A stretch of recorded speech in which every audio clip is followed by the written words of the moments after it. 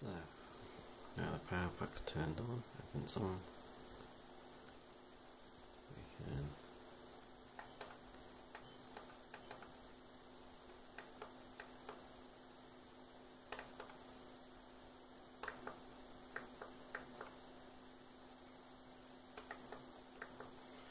drive the motors.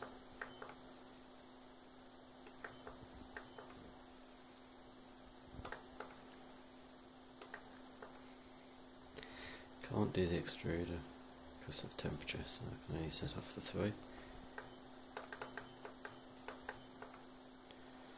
probably need to chin them a bit better.